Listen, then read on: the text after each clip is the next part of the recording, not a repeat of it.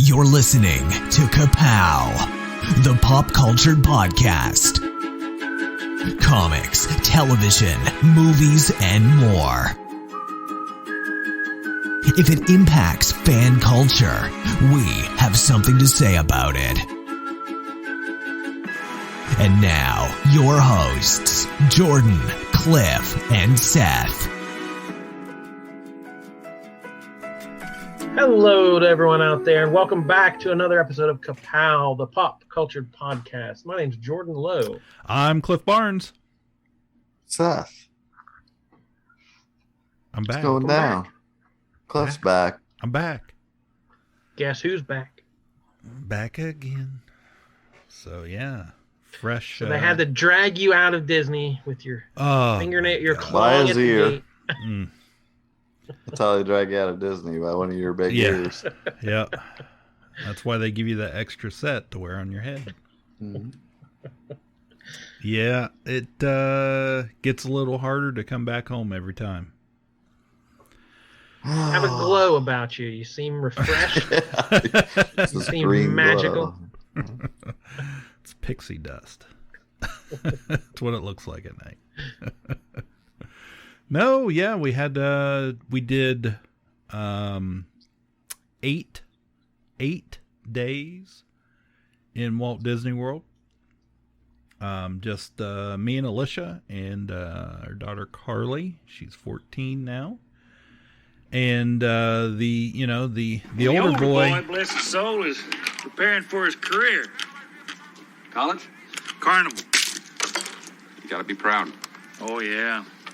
Yeah, last season he was a pixie dust spreader on a tilt-a-whirl. He thinks that maybe next year he'll be guessing people's weight or barking for the yak woman. but it was just the three of us, so a little different trip. First trip since the before times, and since the before times, and some changes, some different things since Bob Chapek has taken over and post-COVID and changed some stuff around and monetized. You're not going to say anything critical about the Disney Corporation. I kind of already did. So, but we can talk about it a little bit. But if you want the in-depth details of every restaurant we ate at and every attraction we rode, I put up a Patreon exclusive episode just today. It's available for our $5 and up patrons on Patreon. Patreon.com/YouDownWithKPP. So that's there if you want to listen to all about it and every little detail and what I thought about this and that. But yeah, this was definitely a different trip. Some different things. The fast pass system is gone. There's no dining plan currently, and those were things that were essential. I would have considered essential to my trip planning. At least the last decade. So things are definitely a little different. Crowds were pretty good, even though it was a holiday week. The week before Halloween. Got a little busy there the day before Halloween, our last day in the parks. But other than that, weather was pretty good. Just had a little bit of rain, but it's Florida.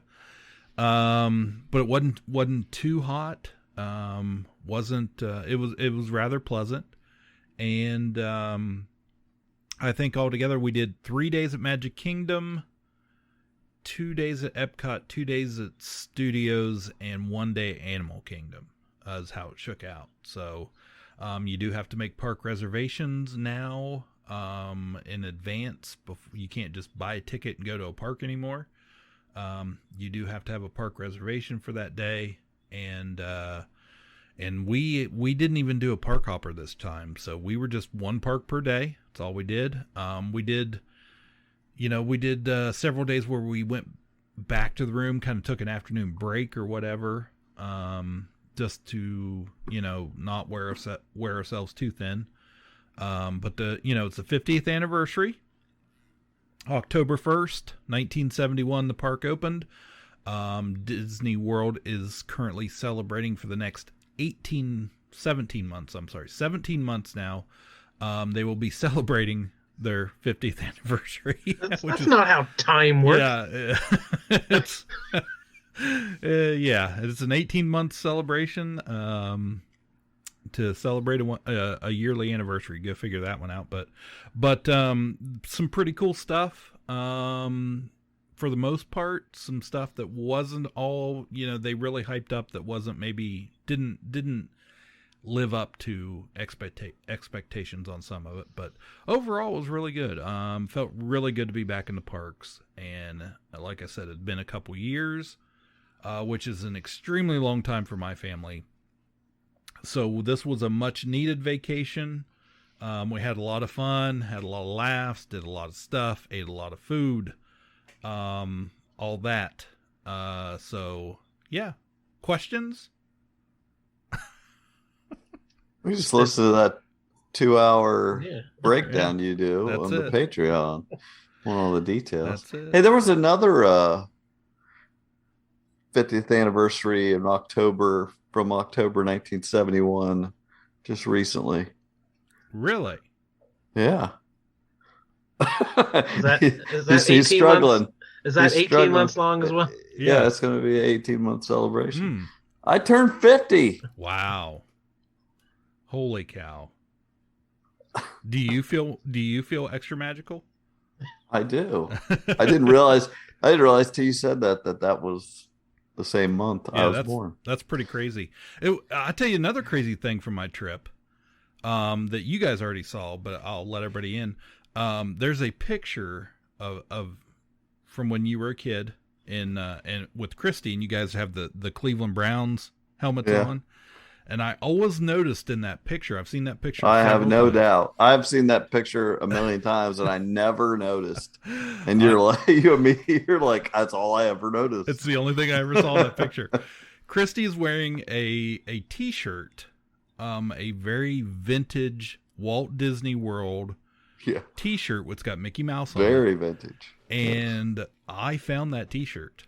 They're currently selling it in a retro 50th anniversary collection in Magic Kingdom, and I sent you guys a picture of it on a mannequin, and I was like, "This is the exact same shirt," because it's pretty amazing. It was pretty cool. There was several items they had. They did that with. I talked about it a little bit on that Patreon episode, but it was a wild. One night it was after the fireworks, the park was closed, and, even though it's officially closed, they stay open an extra hour to get people out of the park, give a little extra time to, if you want to grab. Get the hoses out. Yes. Get out of here. No. They give you a little extra time to shop down Main Street and things like that. So we took advantage of that. We were going through the Emporium after the fireworks show and just kind of looking for some souvenirs and from different things. And I said, as we were walking out of that, let's go here across the street. I think they have the new vintage 50th collection over at the theater.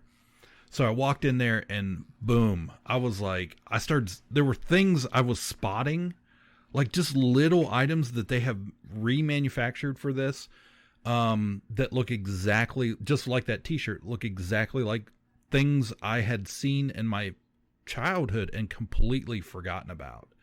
And I picked up a couple cups, and they had the old back scratchers, some T-shirts, some just different things. And I was just like, oh my God, I had completely forgotten about this. Blowing your mind. It really did. I picked up this one cup, and I was like, oh my God, I hadn't thought about this thing in 40 years, but I had this.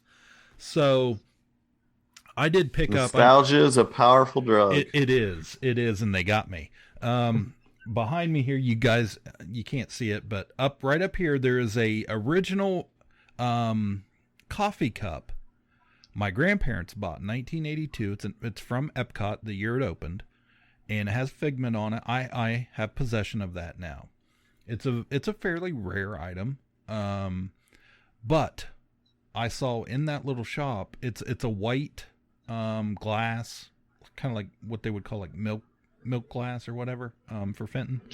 It's that type of style. But I found the Magic Kingdom one for the 50th anniversary. It has the castle in Walt Disney World in like a gold foil on it, and it matches my Epcot one. So that came home with me as far as that old retro stuff did.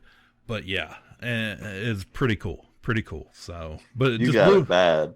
You got it bad for Disney. But yeah, when I saw that Having t-shirt, that is wrong. You don't want to be right. yeah, that's right. But when I saw that t-shirt in the window, I was like, holy cow, that's that t-shirt from that picture. That's amazing. Amazing. That's very funny. Did Batuu, the Star Wars land, had they added anything since your first trip down there? No, not really. I can't, other than the hotel getting ready to open, the Star Cruiser Hotel. That's really the only big project going on there. But it's still awesome. How many new lightsabers did you buy? I did not buy any lightsabers. It was tempting, especially the legacy lightsabers. It would have been very easy for me to walk out of there with the Luke Skywalker lightsaber hilt from Return of the Jedi. I would have been willing to spend $200 on that, but I didn't. I did get to ride. We rode Rise of the Resistance twice. We rode it. Well, I rode it twice. We rode it once in the morning. First ride we hit in Hollywood Studios. And I rode it as the last attraction I rode in Hollywood Studios on my second day. I just rode it by myself because I had not ridden it just to experience it. Every time I've ever ridden it, I'm trying to make a video, or I'm taking pictures, and just not enjoying it. I mean, I love it. It's amazing. It's the best attraction I've ever rode, but the girls went back to the room one night. I had an hour left in the parks by myself. I told my wife, I said, hey, before I leave, I'm going to go try and get on Rise. And, because it was down and I just got lucky and it came back up and I got to ride it, before I left the park, and, thoroughly amazing experience. Thoroughly enjoyed it. Just by myself and an elderly couple that sat in the same row as me. And it's just amazing. Had a really good first time we rode the Falcon. Alicia she hadn't been a pilot before, so she got to sit in Chewie's seat and pull down the lever for light speed. We rode it another time, and we went through the single rider line, which means, all three of us went through the single rider, but normally you're just paired with a group that needs an extra person. Well, we got lucky. Alicia didn't get lucky. She went on with some other family. Carly and I ended up in the same group. I talk about this on the other episode, but Carly and I end up in a group with these 4 other people who did not speak any English. I'm pretty sure they had no idea what Star Wars was. And they had no understanding of the concept of the ride. So poor Carly and I, we are picked, we're the last 2 in the group, so we are the engineers. You have 2 pilots, 2 gunners, 2 engineers in your, the cockpit of the Falcon. So we are in the back. We are the engineers. Our job is just to push some flashing buttons next to us on the wall. That is all we do.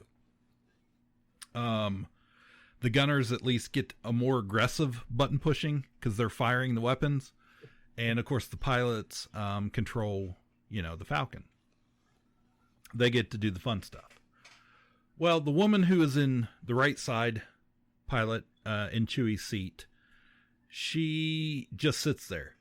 Immediately, I'm enraged.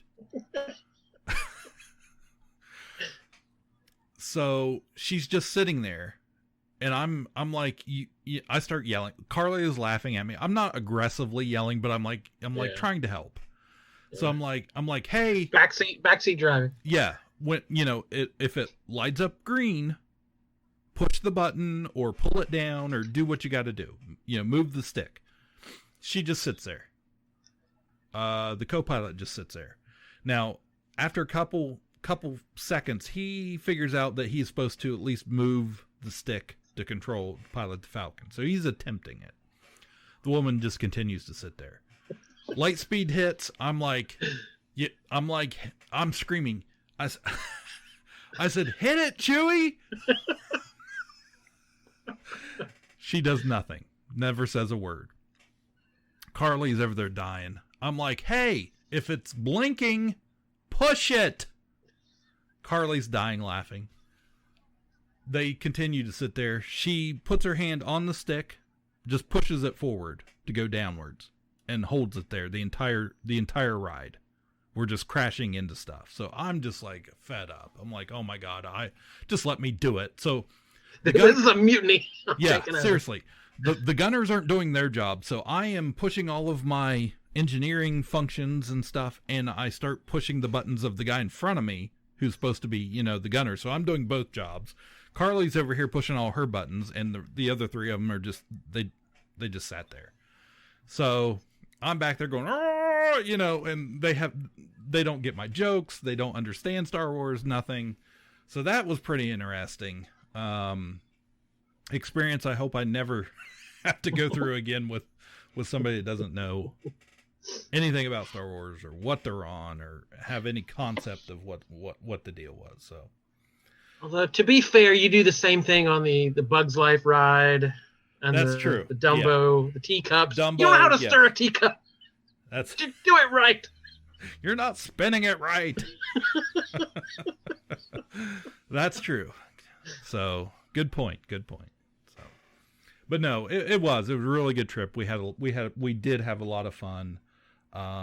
We had some really neat experiences. Did some new stuff, even though it was different. We overcame. We did not purchase, if anybody's wondering, any lightning lane passes. We just did standby line. We did not use the Genie service that is new. So, call it out a protest or whatever have you. I just wasn't willing to pay extra for things I used to get. At least, if I didn't have to. So I'll wait an extra 10 minutes in a line or whatever. So, but yeah, good trip. Can't wait to do it again, guys. Can't wait to go back. I'm ready. That too or bust. That's right. So yeah, like we said, there's a 2-hour detailed breakdown of everything on the Patreon page. So thank you for your attention. We're going to try to do more stuff like that and have plenty of bonus stuff to make it worth your while if you'd like to support us. And since we've switched over to the new system, we got to welcome our first patron. Who else could it be? Mr. Jesse Starcher jumped in immediately to become a patron once again. Old-time patron, now the first of the new wave of patronage. So thank you very much, Jesse. The OJ. We hope to be worthy of your patronage. That's right. I was excited when I got that notification that we had somebody sign up and I saw the first person was Jesse. I was like, shh. I couldn't imagine it being anybody else. I can imagine it will be. Yeah, I can't imagine anyone else joining, so I think we've hit it. So, but we're not going to hit you over the head and beg you and make every episode a long commercial for it, but we're trying to do some extra, and we'll see where it goes. We'll see what you want from it and what we can provide to it, and it'll, like everything else on the show, will evolve into something. Right. We don't know what, but it'll happen. Yeah, while I was in Florida, you guys recorded an episode, and I cut in there for a few seconds just to make sure. My goal was I wanted to see if I could get into it easily, and I wanted to make sure everything was working properly. So, and it was. Everything worked the way it was supposed to. There was no issues, and you guys put an episode together, a long episode together. I freaked out a little bit when I heard 17 was the number of picks we were going to do, and I thought, oh my God, 17 sounds like a lot. And but it was a good episode. I thought, why didn't we just round it up to 20? We each could have one extra pick and just called it 20, and even 20. Right.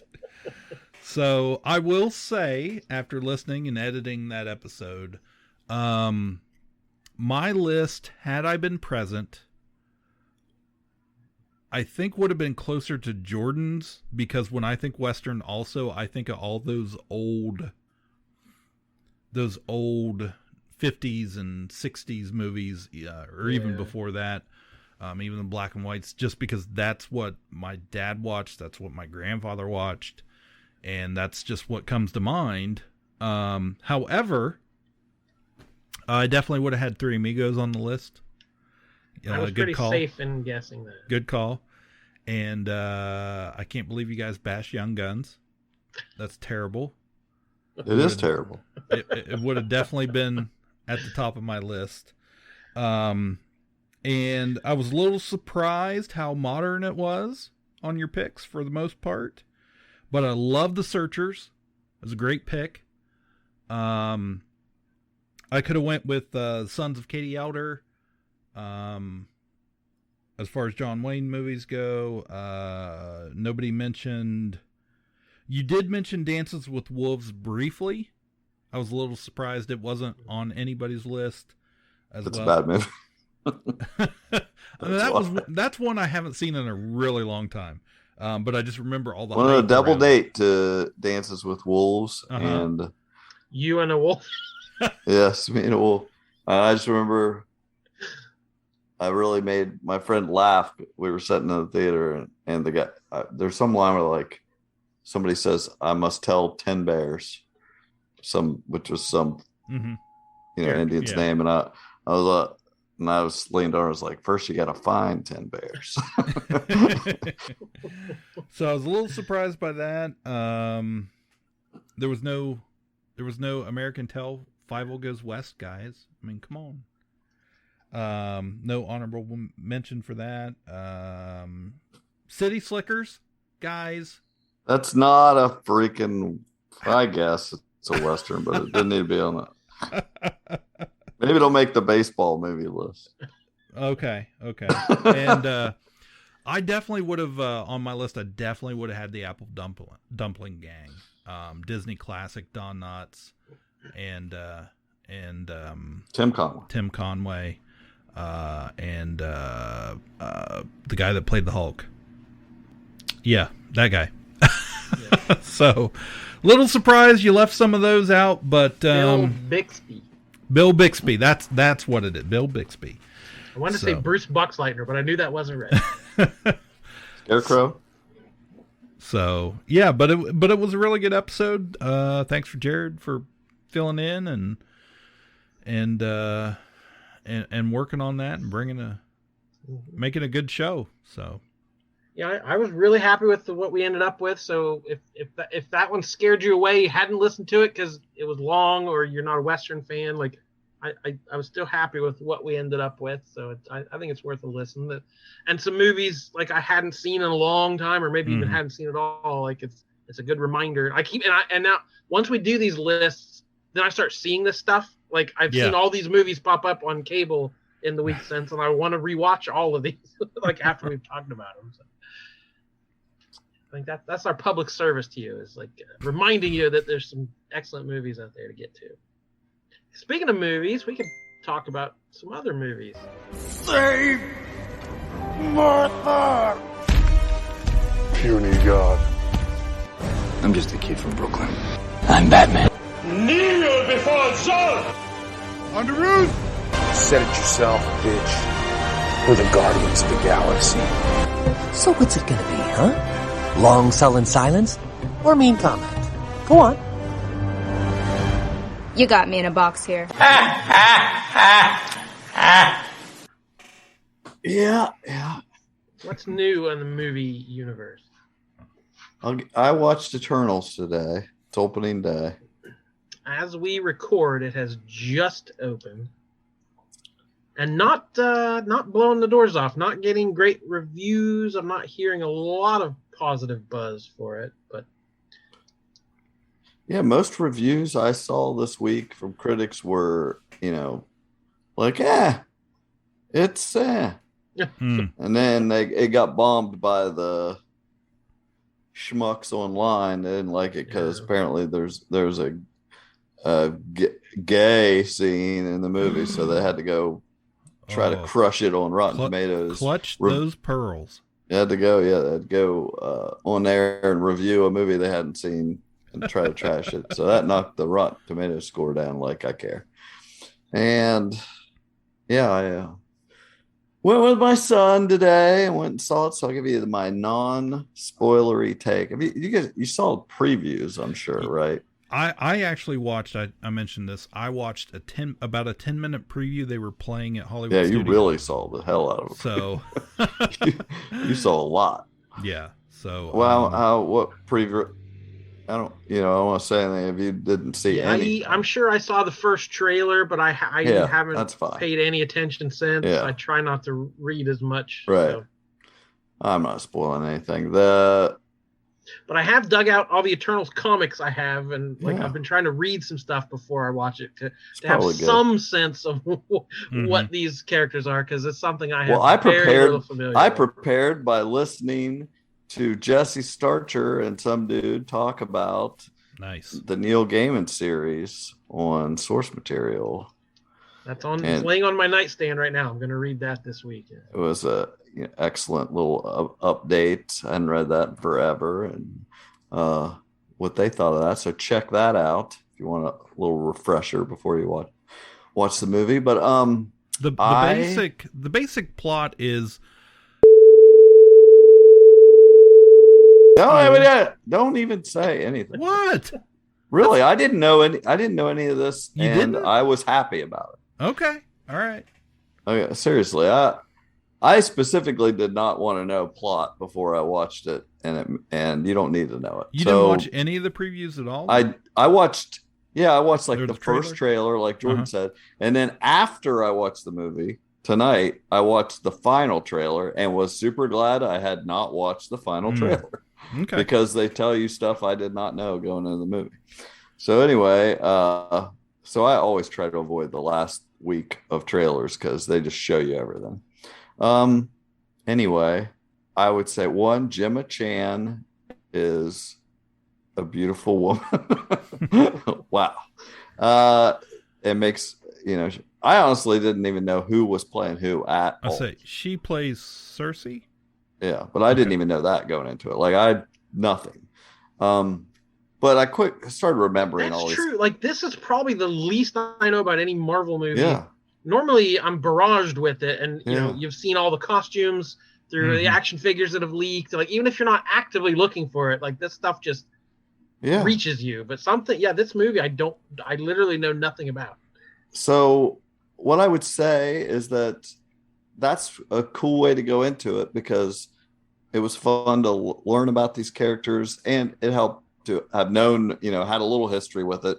But I'm not a cosmic guy, I never have been. And so Eternals was always a little too cosmic for me. Street level Seth, that's what they've always called it. That's what exactly, yeah. It's always been my nickname.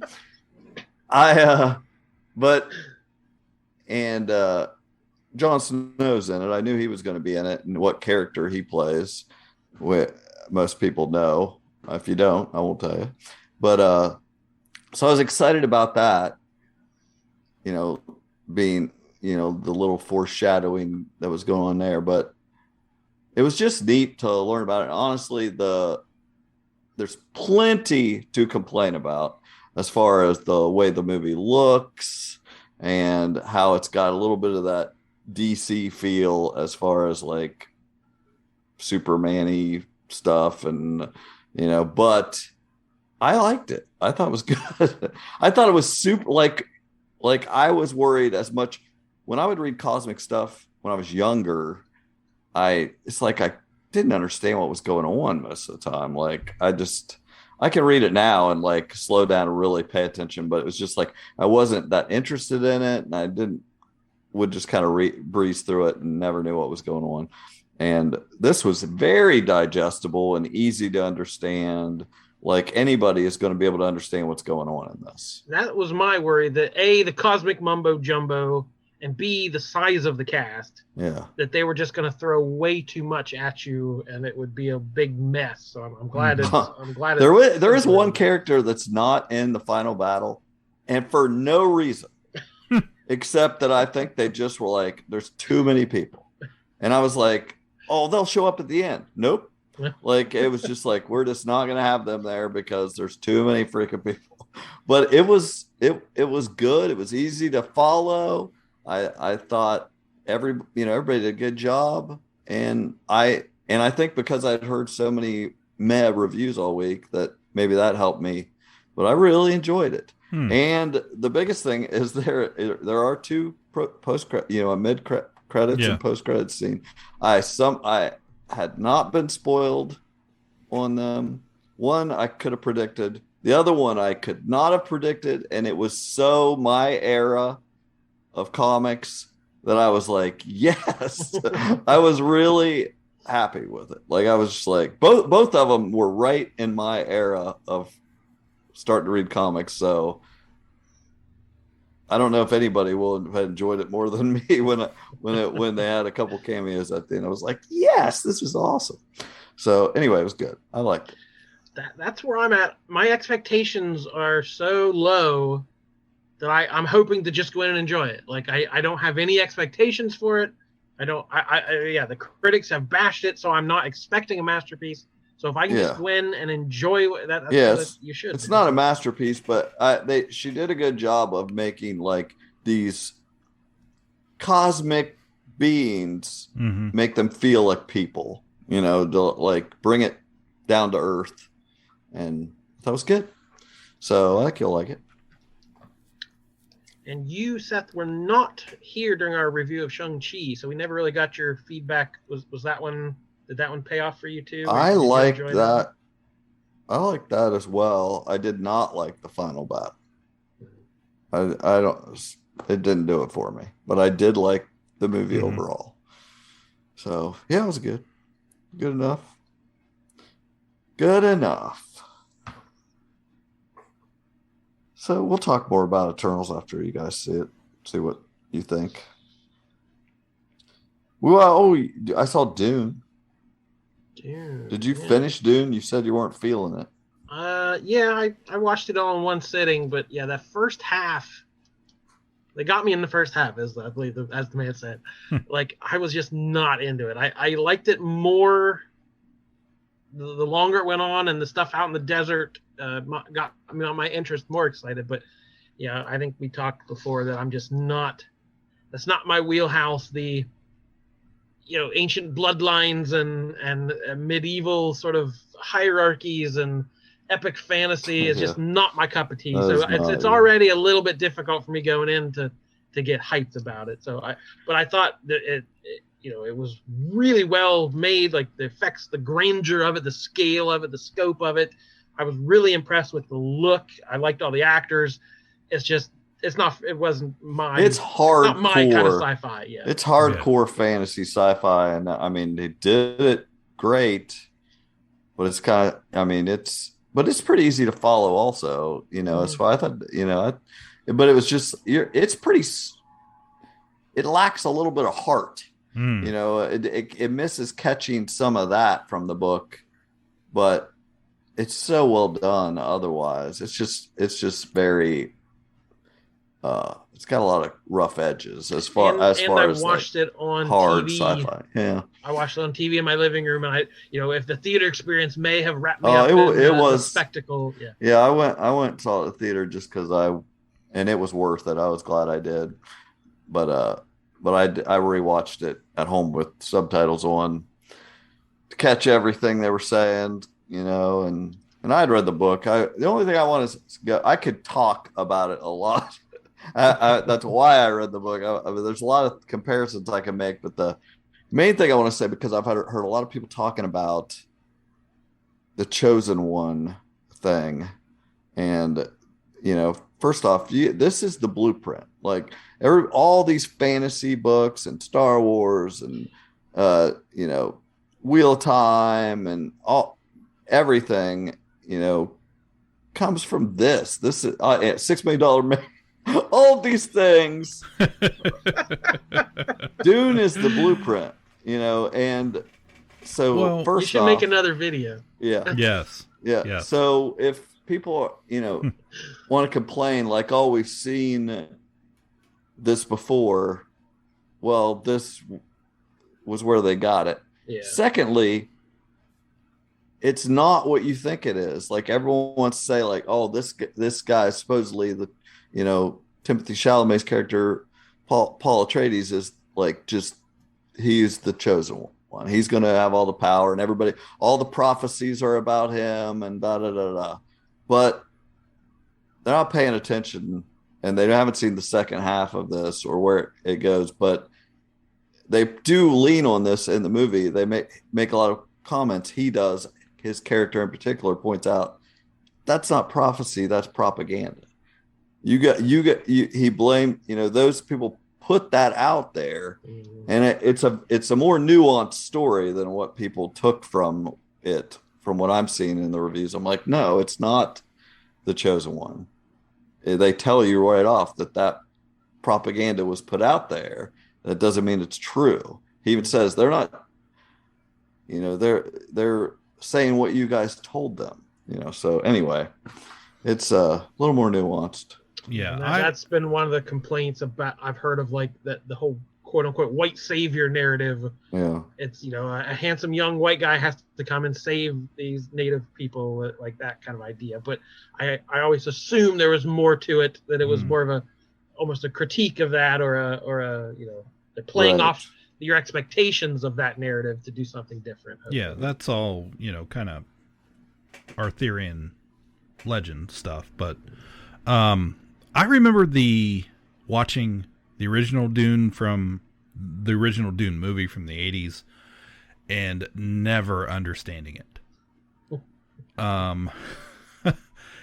Because I was probably too young, and maybe the movie wasn't all that great and didn't follow the book all that well. But it didn't do bad. It follows it pretty. Sorry, go ahead. I turned it on last night, and about 5 minutes we were sitting there, and I was just like, nope. It's very clinical. I know there's no way I would think you would like it. It's very clinical. This is, but he's such a good director as far as being able to create an entire, this worlds, Yeah. It's so amazing. Everything's bigger in that future. I like that. We need bigger things. Every ship needs to be as big as a freaking football stadium. I didn't know that until I saw it. I was like, why are all our planes so big? The worms are pretty big too. Good size worms. Yeah, that hit me of like, I didn't feel like the movie did enough. Because the idea, okay, there are these bad guys who are exploiting this planet and taking their resources and are being cruel to the inhabitants, and then we're going to come in and we're the good guys who are going to exploit your natural resources, and we'll be nice to you as we exploit. But that's the Chosen One thing and stuff. It's like literally that's what they say to who will be our oppressor next. You guys are the good guys. You're oppressing us also. So yeah, I was sure that's where it was going and the point it was trying to make, but I didn't feel like it had quite done. Like I said, we're just to the halfway point at least so far. So, but they did greenlight a second movie. Yeah, that felt like a little bit of bait and switch. I never saw the term Part 1 until the movie started, and then it said Dune Part 1. Like nowhere in the advertising or the run up to this was it like, hey, here's the first of these movies. I mean, it was known, but it wasn't advertised. Yeah. Absolutely no, not till it was hit the screen. if you're a fan of the book and have loved this property for years, I'm sure. Well, of course, I saw fans arguing back and forth of like they left out this tiny little nuance and this and that and the other. So it's never going to capture the whole thing. But I think I hope that it.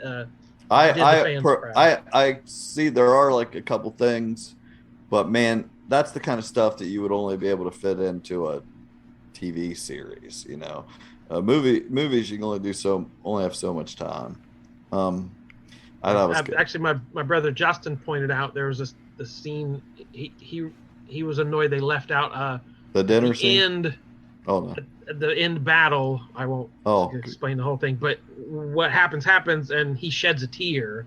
And it's that idea of moisture, and it's like he's like that would have added so much to that scene, and it's just, it wasn't a long, drawn out thing they could have added in, but there is stuff they could have done, but overall, it's a solid B.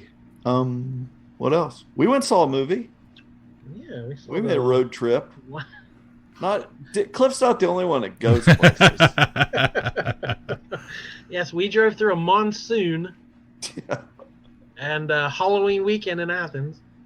Yeah, we went to the Athena cinemas and saw Last Night in Soho. Me and Jordan and Nick, my son. It was way more people there than I'm used to when I go there. Usually there's like 3 people in the theater.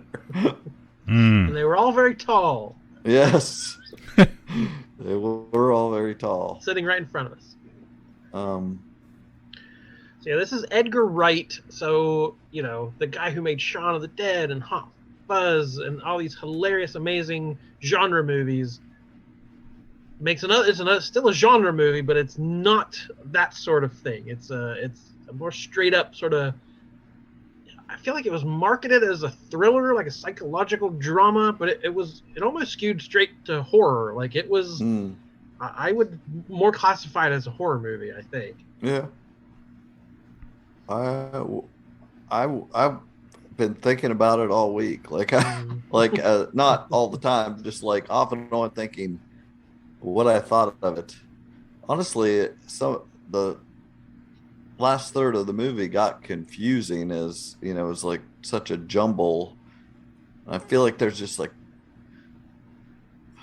he just a couple things he could have done different to make more sense, at least to me. But I like the style of it.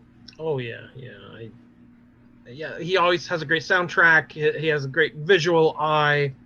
The actors were great. This was Anya Taylor-Joy, Thomasin McKenzie, and Doctor Who's Matt Smith, along with a few.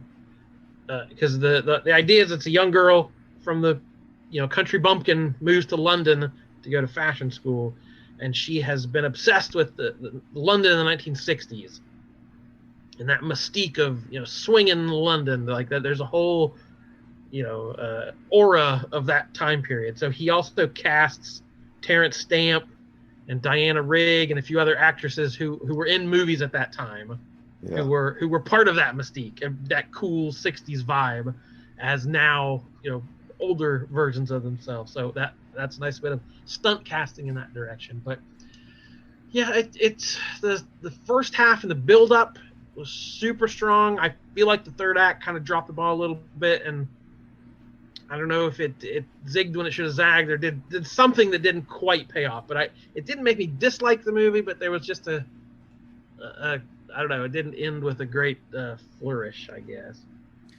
Yeah. Still worth watching. It was worth watching. Yeah, it was definitely it took you there back to the 60s. And the whole the scene with all the mirrors and switching back and forth between the girls, like I'm sure I'd heard it was done like practically and just camera tricks and things, and that was really neat to see. I like when people do that stuff. That's definitely something he's good at. So and the undercurrent of the whole thing, I thought, felt very timely. Again, I don't want to spoil anything, but it it gives you that idea, because the movie starts and she has stars in her eyes and like, oh, if only the world could be like it was in the 60s, where everything was like I said great. earlier, nostalgia is a powerful drug. Yeah. And then the movie starts that way. You're like, yeah, the 60s were the best, man. And then it switches and you think there was no time that was perfect. And that whole idea, this is the thing that always sticks in my head about and why I am incapable of joy and enjoying things. That, like, there's nothing you love or enjoy that isn't haunted by evil old white dudes. Everything, you know, I love baseball. You know, the history of baseball is full of the worst a-holes in the world being exploited. You know, there was racism and violence and terrible stuff. You know, anything, the comic book industry, it's full of exploitation, people taking advantage of each other, screwing each other over, stealing anything they could. Like, anything you can name that's great, there's a darker history of people lying, cheating, and stealing to make it that way. So this movie definitely points that out as well. It's like, underneath the glitz and the good aspects is always some kind of rotten core that I feel like I'm not I feel like I'm torpedoing the vibes here, but I won't say the Walt Disney Corporation, because I'm sure they are nothing. Oh yeah, there's no they're not hiding anything under any rugs there. So you don't want to know what's between the cup and the saucer. That's true.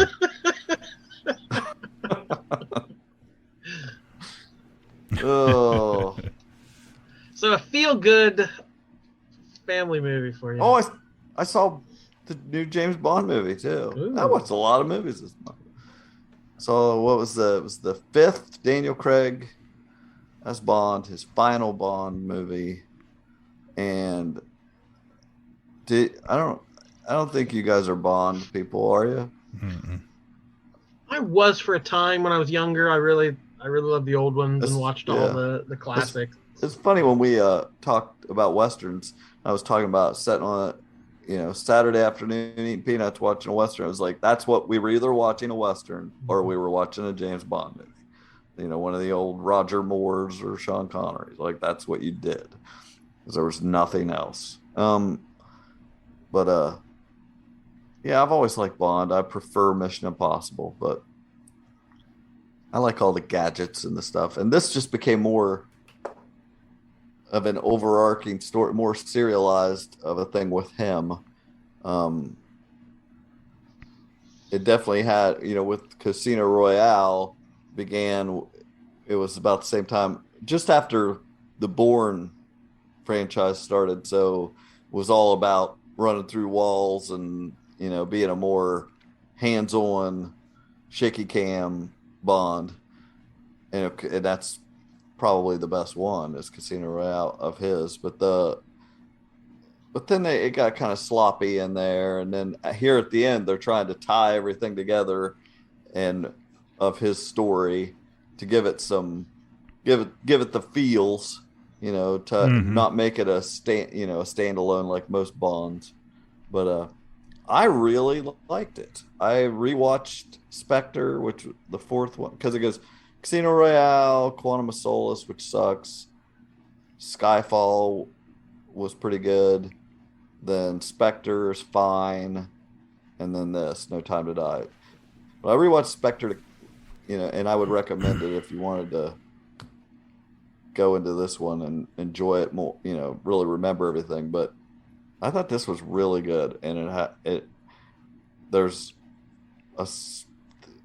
wouldn't want to spoil it. There's unexpected stuff towards the end. Like, I was, pretty caught off guard, but I loved it. Great use of the Aston Martin, one of the great movie vehicles, and and Ana de Armas is only in it for 10 minutes, and she steals the show. Like, she's so great and gorgeous, and just kicking butt. And I think she's going to earn herself some action roles in the future.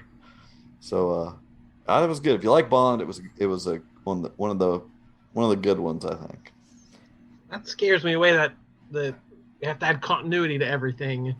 Yeah, you have to remember what happened to his wife and this happened and all that. But it's the thing that it's retroactive continuity. It's not the smoothness of if they had planned a 5-picture Bond that would have been. It's like I equate when people do this to, instead of filming something in slow-mo, you just slow down the original footage and it always looks stuttery. That's what this was like. It wasn't smooth like it had been planned from the beginning. But it was never like, oh, I want to watch Moonraker. What do I need to know? You know, do I need to watch Thunderball for it? Like that was never a thing. Well, you need to decide how attached to the moon you are. Mm-hmm. Yeah. Anybody else watch any other movies? It was spooky season, so I watched some horror movies, but nothing really need to dive into. I watched the Rosemary's Baby for the first time. Oh wow! So I got to see the origin of Nana Rose's Tanis root. Yes. There was a little bit of that vibe going on in that Edgar Wright movie. Yeah. But what'd you think? It was good. It was very of its time for sure, but it holds up. Yeah, it does. That snuck into my top 100, I think. I don't know if it'd still be there, but it was always, I appreciate a movie that holds up that long later. I like that. I kind of hoped it would have been a little more subtle than like. I just remember the end. The end makes it very. The end makes it very obvious that what happened happened. Like I kind of wish there would have been a little more doubt to. Was she just is she paranoid? It's like no, this is. And I personally absolutely disagree. Like I love that they went there. Like that's thrilling to me. Like let's not make it ambiguous. Let's just freaking do it. Yeah. Yep. And I rewatched The Haunting because I read Haunting of Hill House. I picked up that novel earlier this year at a used book sale. I said I always wanted to read that, so I reread the novel by Shirley Jackson, and then watched the 1963 movie that was an adaptation of it. Right. Which I'd watched that movie before. After watching The Haunting of Hill House on Netflix, I was interested in the original story. So this was I wanted to rewatch it after reading the book, and it's pretty close to the book. It's Robert Wise was a director who did Sound of Music and West Side Story and a ton of other things. So very pedigreed filmmaker made this, what could have been a cheap haunted house movie and became a very classic kind of psychological thriller thing. But the movie X's out all of the gay subtext, because the book has the main character kind of becomes obsessed. Eleanor becomes obsessed with Theo, and like this bohemian hippie chick who kind of lives her own life, and she's like this very repressed, introverted woman. And you can read it as that, like, oh, she just wants to be free like Theo is, but there's some subtext there that could be more than that, where the movie has none of that, where she kind of falls in love with the doctor. And there's sort of a more traditional romantic angle to it, but there's still a little bit in the movie. Like you can read some things into it, but it was for a horror movie from 1963. I was laying there in bed that night, and still a little bit of the willies that it left. So the willies. That needs to make a comeback. Yeah. Yeah. I watched a Western. We had talked all those Westerns, and I watched a Western came out this week on Netflix. The Harder They Fall, I think was what it was called. Yeah, that's had some buzz behind it.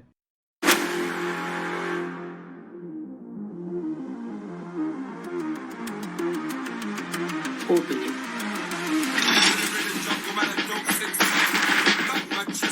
Please.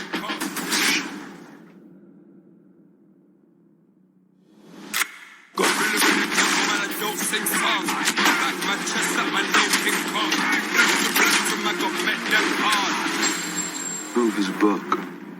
Man, old devil, this gonna be Buck's last day amongst the living. What exactly he do to you? Call it a professional robbery. I know who you are. That love. Outlaw hunts down those who trespass against him with no mercy. Where is he? Where is who? Your boss. My boss. Clearly, you don't know me. I heard Rufus Buck was back. This ain't no road to ask a friend to travel. You think Destiny's coming to you? My guns go back. Yeah, that's it's like almost all black cast, and Jonathan Majors, who's great, Zazie Beetz, Idris Elba, Regina King, Delroy Lindo, Lakeith Stanfield. Are you sold yet? I mean, come on. All it's super stylized. All just very tons of music. I mean, it's I don't know. It's just a super stylized Western, but it was better than I thought it was going to be. Honestly, I think you'll like it. Did you ever see that? I think it was a 90s. I'm pretty sure it was a 90s movie. Mario Van Peebles. It was called Posse. I like to think I've never seen. Yeah, I knew what you were going to say, Posse. Yeah. But yeah, I feel like any Mario Van Peebles I've ever seen, I've blocked out of my head. Like I don't remember seeing any of it. I could picture the Posse movie poster. Yeah, I figured you didn't remember it since it wasn't on your list. So no, yeah, that's why it wasn't on my list because I didn't remember it. Yeah, I definitely want to check this one out for sure. Yeah, that's a good one. Yeah. Is that it? Do we do the movies?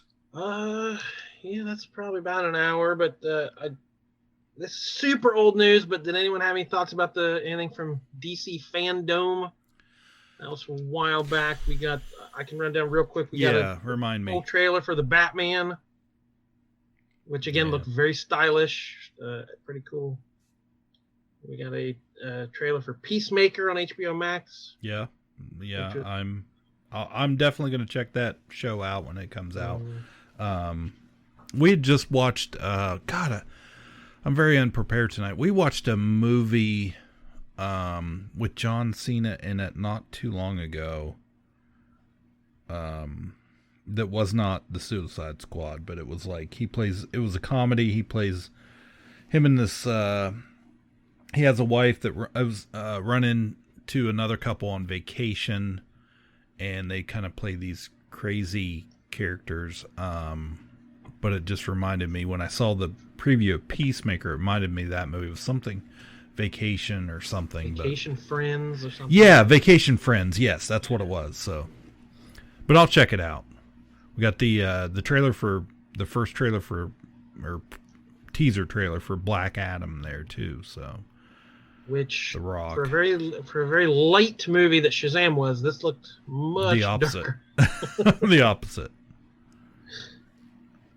We got a little behind the scenes featurette for Shazam: Fury of the Gods. Mm-hmm. I saw it. First thing I thought was, man, this reminds me how much I did not like Shazam, and I probably will not even watch this next one. No, thank you. I liked Shazam. Carly really liked it too, so I'm sure I'll check it out. I kind of worry throwing in the whole Marvel family for a whole movie. Yeah. Again, you're going to be a little overloaded on. Yeah, I wondered that too, and I kind of questioned it. Like, are we being duped a little bit? Have we pretty much seen most of what they're in? I mean, are they really in the entire movie or not? So. And we got a quick little tease for Flash, Ezra Miller's Flash. We heard Michael Keaton's voiceover, and we got a little tease of the Batmobile. So this is going to be that multiverse hopping sort of movie, which again, I thought this is the first movie. We've not established a continuity from which to jump forward and backwards through the multiverse. Like, again, DC wants to skip ahead 10 steps and get all the fun stuff. You know, we had Justice League and Batman versus Superman, but yeah, no, I don't know anybody that is really excited about Ezra Miller's Flash movie anyways, so. The only note I took on that was so many lines on the suit. I'm not talking about the piping. There's just so many lines, and it's so busy. That suit is so busy. Get over it. All right, there was video game stuff and cartoon stuff, and Flash has gold boots for season 8 and all that stuff. But Titans was renewed for season 4. Doom Patrol renewed for season 4. Young Justice Phantoms. That is actually available right now. Yeah, that stealth dropped when they announced that season 4 was coming. They dropped the first 2 episodes on HBO Max. Yeah, I haven't watched it yet, and I haven't started Doom Patrol yet. I did finish Titans yesterday, and I'm really excited about Doom Patrol season 2. So I'll leave it at that. So that was all the footage that we got. We got a few things of concept art, some concept art for Batgirl HBO Max and Blue Beetle on HBO Max, and the first picture from Sandman of Gwendolyn Christie as Lucifer, and then some Aquaman and the Lost Kingdom concept art. Yeah. There wasn't any real footage to show from that stuff, but they're showing that they're working on it and teasing it. And then the biggest thing that for some reason made the most news was Superman's motto being updated from Truth, Justice, and the American Way. It is now Truth, Justice, and a Better Tomorrow, which to me sounded perfect. That's so perfect. He is the man of tomorrow. Mm-hmm. And that's such a great. It's very change. Positive, yeah. I don't know. And that whole you're changing the original, that idea, a lot of stuff from Superman mythology that started in the radio serials of the 40s. That's not even from the comics. Truth, Justice, and the American Way. That's from the radio. That was not a comic book invention, along with Kryptonite and a whole bunch of other stuff that came from the radio and not the comic origin. So I think that's, if you're going to update something like that and make it more modern and inclusive, a better tomorrow. How do you argue with a better less tomorrow? Less propaganda, more good vibes. So that's Ka-Pow. We're here for good vibes only. We're down with that. Yeah. And that's all I got. Cool. We did it. Hooray. We like movies. We like Disney. And we like our patrons. That's right. And that's an hour. In that order. And that's an hour. And we like talking over Zoom for unlimited amounts of time. That's my favorite part. It's the best. We love our listeners. We love people who comment, subscribe, whatever you got to do. However you find us, we appreciate it. And we will be back soon with more. My name is Jordan Lowe. Cliff Barnes. I'm Seth. We'll never be back. Bye forever. Ka-Pow, the pop cultured podcast, is intended for entertainment and information purposes only. Sounds, music, and clips played during the podcast are property of copyright holders. All original content is property of www.udownwithkpp.com. If you enjoyed this podcast, please subscribe and leave a comment. Ka-Pow, the pop cultured podcast, can be found on Apple Podcasts, Google Podcasts, Podbean, Spotify, and wherever podcasts can be found. You can connect with us through social media on Facebook, YouTube, at the Ka-Pow Podcast on Twitter, or email the show, Ka-Pow, the pop cultured podcast, @gmail.com. If you really want to go the extra mile, join our Patreon at patreon.com/udamwithkpp for special content and access to Patreon-only benefits. We are grateful for anyone who chooses to contribute, but please know that most of our content will remain free. So please continue to like, comment, and share.